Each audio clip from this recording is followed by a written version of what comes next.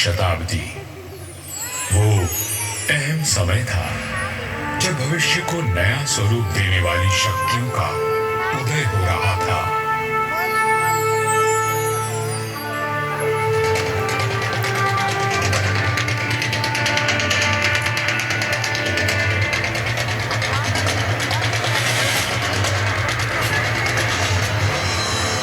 लोधी राजवंश ने दिल्ली की गद्दी संभाली।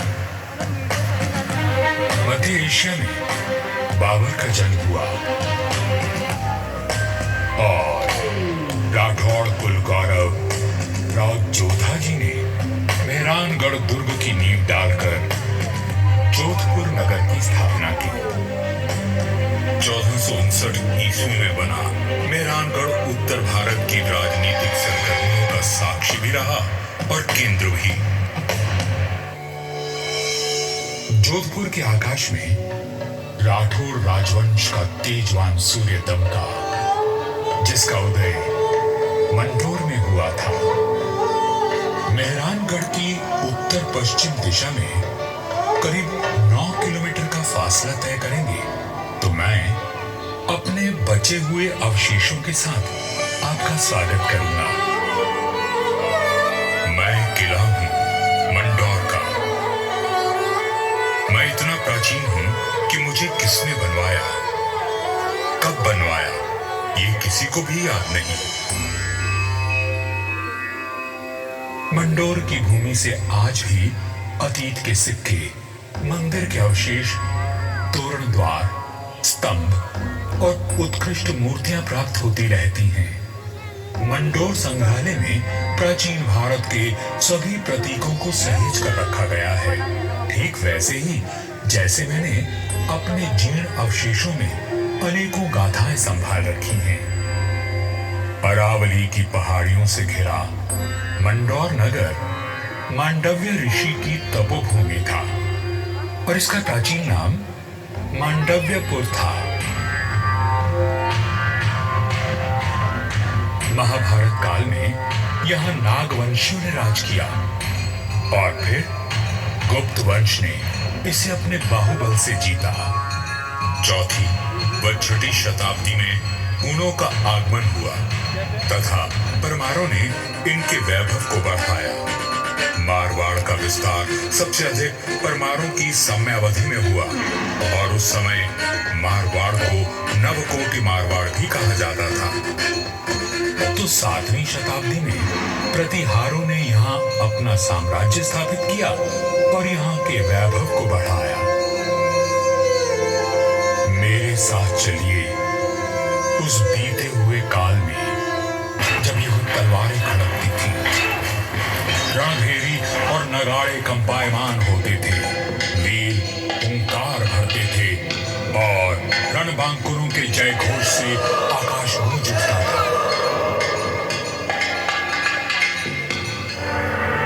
सन 1394 ईस्वी परिहारों की शक्ति अस्त हो रही थी। गुजरात के सूबेदार जफर खान ने दिल्ली की कमजोर सल्तनत के चलते मंडोर और नागौर को अपने कब्जे में ले लिया था। अब मेरी चार दीवारी में परिहार नहीं, तुर्क आ बसे थे। जफर खां का हाकिम ऐबक खां मंडोर दुर्ग का किलेदार था, जो आए दिन अपनी क्रूरता का प्रदर्शन करता रहता था। पीड़ित किसान मंडोर के इंदा परिहार के प्रधान वीर राव हेमा गहलोत के पास मदद के लिए पहुंचे। राव हेमा जी, ये तुर्क हमसे मनमाना लगान वसूल करते हैं। आए दिन हमारी गायों को चुरा कर ले जाते हैं और अब अपने घोड़ों के लिए घास से लदी गाड़ियां मांग रहे हैं। हम तो बर्बाद हो जाएंगे। अपनी शक्ति पर इतना अभिमान कि उसे 3 किसानों पर आजमा रहा है। भैरू जी की सौगंध, जुल्म करने के लिए अब ऐबक खां जिंदा नहीं बचेगा।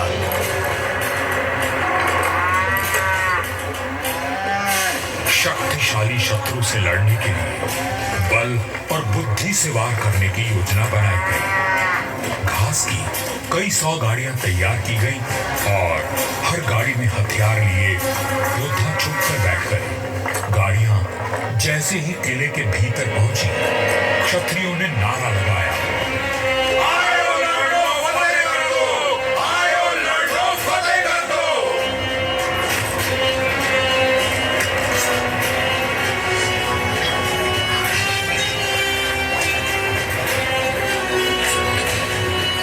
इस अचानक हुए प्रहार से तुर्कों को संभलने का अवसर भी न मिला। वीर हेमा गहलोत, समर शूर राव चुंडा राठौड़ और मारवाड़ के वीरों की प्रतापी तलवारें लहराईं तो शत्रुओं के सिरों के ढेर लग गए।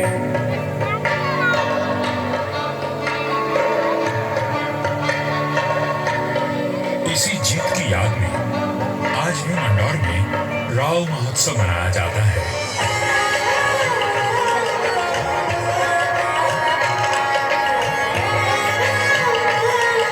वर्ष होली के दूसरे दिन निर्भीक, साहसी हेमा गहलोत और सभी वीरों को याद किया जाता है और बाबा भैरवनाथ जी की पूजा की जाती है, जिनके आशीर्वाद से वीर विजय हुए थे। मंडौर विजय के बाद भी इंदा परिहार का मन अशांत था, क्योंकि ये नगर शत्रुओं से घिरा हुआ था। तब उन्होंने शक्तिशाली राठौड़ वंश को राज सौंपने का निश्चय किया। इंदा के मुखिया राय धवल ने अपनी पुत्री का विवाह राव चुंडा से करवाया और दहेज में मंडौर का दुर्ग दे दिया गया। राव हेमा गहलोत ने राव चुंडा का राज तिलक किया और भाटों में मंगल गान गाया।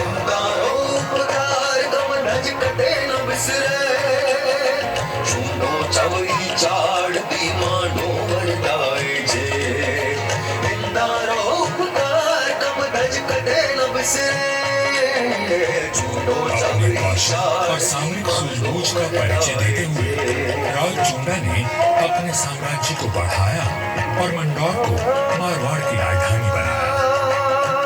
1423 में नागौर के युद्ध में राव चुंडा वीर गति को प्राप्त हुए और उनके पुत्र कान्हा के बाद राजदंड राव रणमल ने संभाला।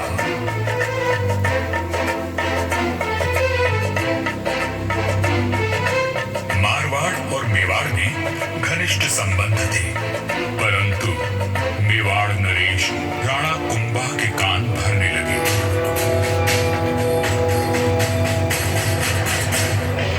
मुझे राव रणमल की नीयत ठीक नहीं लगती राणा। वो आपका राज हड़पना चाहता है। वह सिर्फ एक पक्ष को देखते हैं, दूसरे पक्ष से तो उनका कोई मोह नहीं। एक मधुर संबंध में संशय और अविश्वास का विष घोल दिया गया था।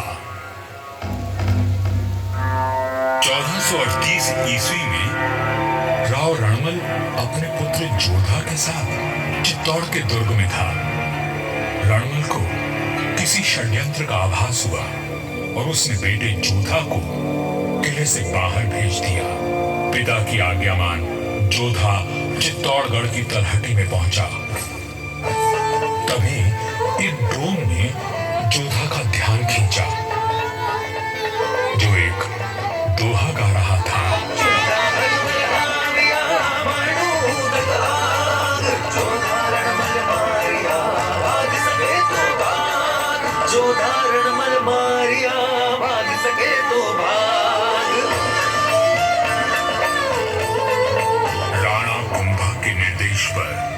चुंडा ने राव रणमल की हत्या कर दी थी। पिता की हत्या का प्रतिशोध लेने की प्रतिज्ञा लेकर युवा जोधा मारवाड़ की ओर बढ़ चला, परंतु चुंडा उसका पीछा करता रहा। वह राणा कुंभा का ताऊ था और मारवाड़ का पुराना बैरी। काल बनकर मेवाड़ की विशाल सेना जोधा के पीछे पड़ी थी और वीरों का वंशज अपने 700 स्वामी भक्त लड़ाकों के साथ उनसे जूझ रहा था। विपत्ति के हर बवंडर को साफ कर जब जोधा मंडोर पहुंचा तो उसके पास केवल 7 सैनिक बचे थे, पर चूंडा यहां भी आ पहुंचा।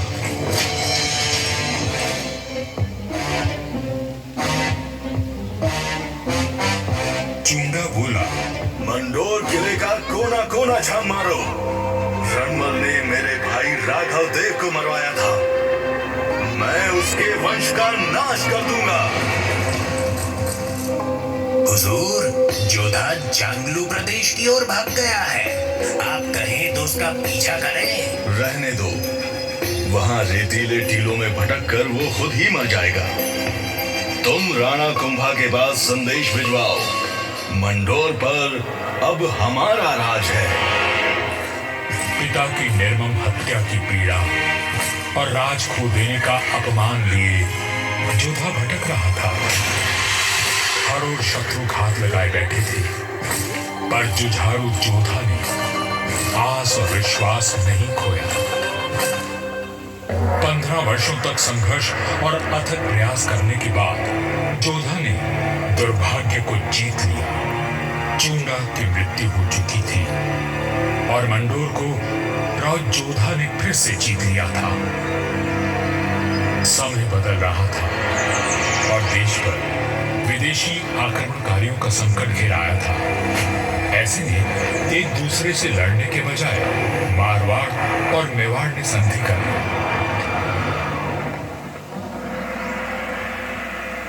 पर दूरदर्शी राव जोधा को कोई चिंता खाई जा रही थी और उस चिंता का कारण मैं यानी मंडोर का दुर्ग था। किस सोच में डूबे हैं राव जी?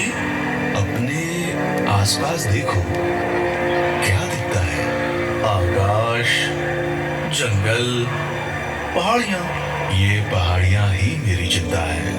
कई 100 साल पहले ये काफी ऊंची थी और किले तक पहुंचना कठिन था, पर भारी वर्षा और धूल भरी आंधियों ने इनका कद घटा दिया है।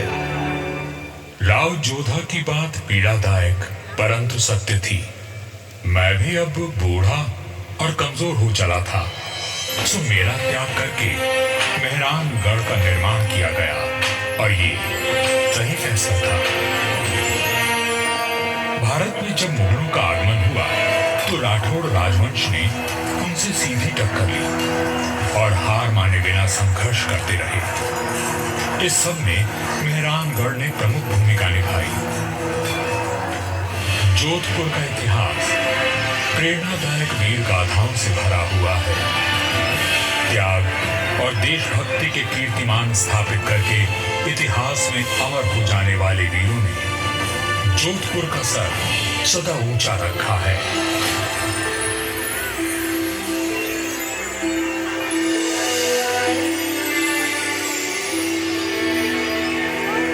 इस धरती पर जन्मे सपूत अपनी भुजाओं में इतना बल रखते थे कि मातृभूमि की रक्षा कर सके।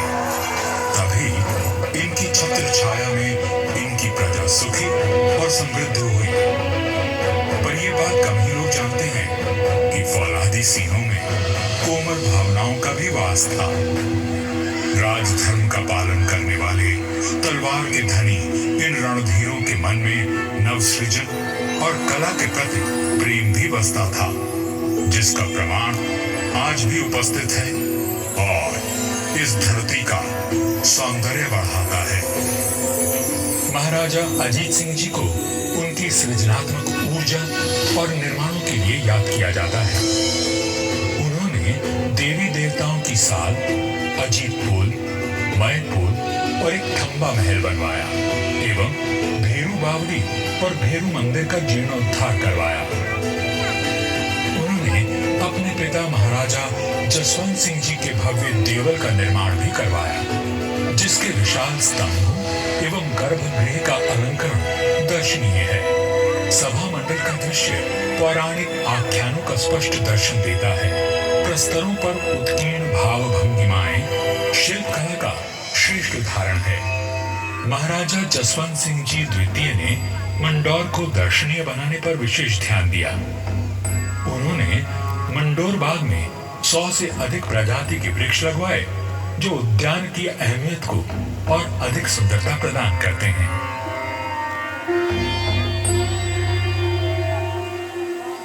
अठारह ईस्वी में महाराजा सरदार सिंह जी ने मंडौर के बाग को और संवारा। महाराजा उम्मेद सिंह जी के समय 1923 और 1947 के बीच मंडोर उद्यान को आधुनिक रूप देने हेतु कई कार्य करवाए गए, जैसे नागादरी नहर का जीर्णोद्धार, देवलों व महलों के पास सुंदर बाग विकसित किए गए।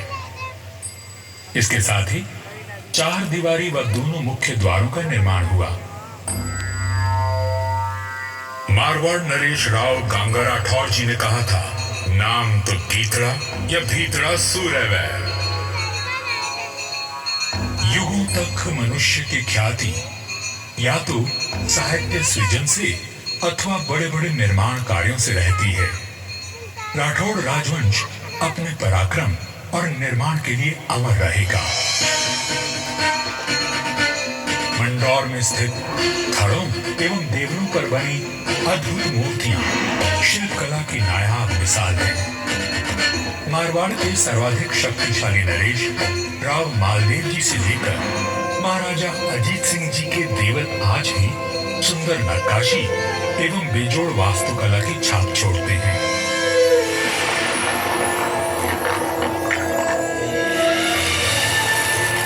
महाराजा अजीत सिंह जी के देवल का निर्माण इनके पुत्र महाराजा अभय सिंह जी ने संवत 1793 में शुरू करवाया, लेकिन इसे पूरा उनके प्रपौत्र महाराजा भीम सिंह जी ने संवत 1856 में किया।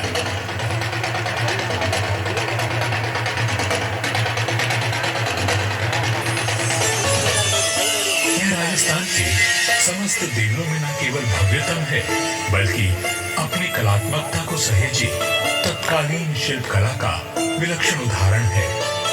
4 भव्य द्वारों एवं 4 सभा मंडपों से सज्जित यह देवल शैव धर्म की महत्ता को दर्शाता है।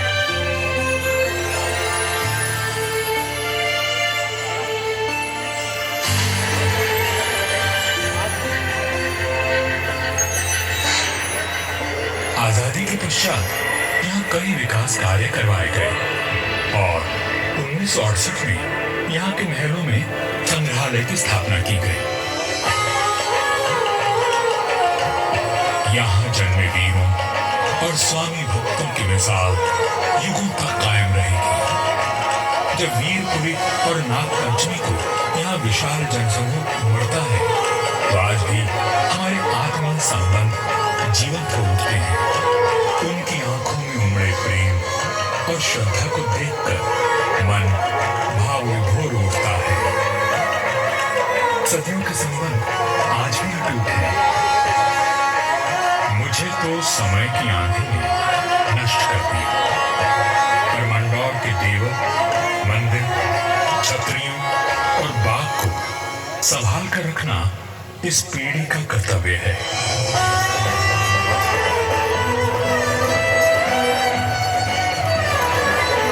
मंडौर दुर्ग है साक्षी, करता गौरव गान, कैसे कैसे वीर हुए थी कैसी उनकी शान।